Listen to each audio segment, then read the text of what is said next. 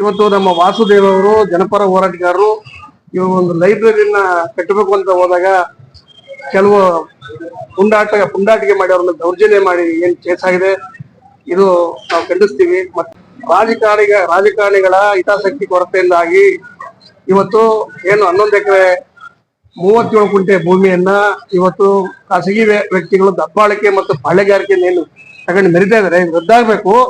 ಅಲ್ಲಿ ಸರ್ಕಾರಿ ಶಾಲೆಗಳು ಮತ್ತೆ ಜಲಜೀವನ್ ಮಿಷನ್, ಪಶು ಆಸ್ಪತ್ರೆ, ಲೈಬ್ರರಿ, ಇನ್ನೂ ಹಲವಾರು ಸರ್ಕಾರಿ ಯೋಜನೆಗಳನ್ನ ಅಲ್ಲಿ ಮಾಡೋದ್ರ ಮೂಲಕ ಮತ್ತೆ ಏನು ಬಡವರು ಇವತ್ತು ಅಲ್ಲಿ ಮನೆ ಕಟ್ಕೊಂಡು ವಾಸ ಮಾಡ್ತಾವ್ರೆ ಅವರಿಗೆ ಹಕ್ಕುಪತ್ರ ಕೊಡ್ಸಂತ ಹೋರಾಟನ ವಾಸವರು ಪ್ರಾರಂಭ ಮಾಡಿದ್ರು.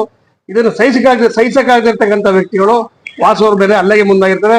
ಯಾವುದೇ ಕಾರಣಕ್ಕೂ ವಾಸವ್ರ ಬೆಂಬಲಕ್ಕೆ ಇಡೀ ತಾಲೂಕು ಸರ್ ದಾನ ಕೊಟ್ಟರು ಯಾರೋ ಪುಣ್ಯಾತ್ಮ ಕೊಟ್ಟವ್ರೆ ಸಂತ ನಂಜೇಗೌಡರು ಅಂತ ಹೇಳ್ತಾರೆ. ಸರ್ ದಾನ ಯಾವ ಜಾಗ ಕೊಟ್ಟವ್ರೆ, ಎಷ್ಟು ಕೊಟ್ಟವ್ರೆ ಅಂತ ಯಾರಿಗೂ ಗೊತ್ತಿಲ್ಲ ಸರ್. 2 ಎಕರೆ ಈ ದಾಖಲೆ ಇಲ್ಲ. 1944 ಅಂತಂದ್ರೆ ಆ ದಾನ ಪತ್ರ ತರಲಿ, ಅದೇನ್ ಷರತ್ತು ವಿಧಿಸಿರ್ತಾರೆ, ಯಾರಿಗೆ ಕೊಟ್ಟಿರ್ತಾರೆ, ಯಾವ ಜಾಗ ದಾನ ಕೊಟ್ಟವ್ರೆ, ಯಾವ ಸರ್ವೆ ನಂಬರ್ ದಾನ ಕೊಟ್ಟರು ಅಂತ ಯಾರಿಗೂ ಗೊತ್ತಿಲ್ಲ. ಈ ದಾನ ಕೊಟ್ಮೇಲೆ ಮತ್ತೆ ಅವ್ರ ಮರ್ಯಾದೆ ಕಳಿಬೇಕು. ಮಹನೀಯರು ಚನ್ನರಾಯಪಟ್ಟಣ ತಾಲೂಕಲ್ಲಿ ಏನ್ ಪಶು ಆಸ್ಪತ್ರೆ ಕೊಟ್ಟಾರೆ, ಕೊಳ್ಳನಹಳ್ಳಿ ಸಾವುಕಾರರು ಗೌರ್ಮೆಂಟ್ ಹಾಸ್ಪಿಟಲ್ ಕೊಟ್ಟಾರೆ, ಚುಂಚನಗಿರಿ ಕಾಲೇಜ್ ಕೊಟ್ಟಾರೆ. ಅವ್ರ ಮಕ್ಕಳುಗಳು ಯಾರು ಬಂದು ದೌರ್ಜನ್ಯ ಮಾಡ್ತಿಲ್ಲ. ಇವತ್ತು ಅವ್ರ ಹೆಸರು ಅಜರಾಮರವಾಗಿದೆ, ಇವತ್ತೇನೋ ಅಮರವಾಗಿದೆ.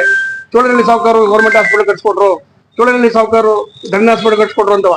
ಆ ಒಂದು ವ್ಯಕ್ತಿತ್ವ ಉಳಿಸ್ಕೋಬೇಕಾದ್ರೆ ಅವ್ರ ಮೊಮ್ಮಕ್ಕಳು ಅವ್ರ ಬೆಲೆ ಕಳಿಬಾರ್ದು ದಯಮಾಡಿ. ನಮ್ ತಾತ 2 ಎಕರೆ ದಾನ ಕೊಟ್ಟಂತ ಹೇಳ್ಬಿಟ್ಟು ನಾವು ಮತ್ತೆ ಅದ್ರ ಮೇಲೆ ಸವಾರಿ ಮಾಡೋದಿಲ್ಲ. ಇದಕ್ಕಿಂತ ಮೂರ್ಖತನ ಬೇರೆದಿಲ್ಲ.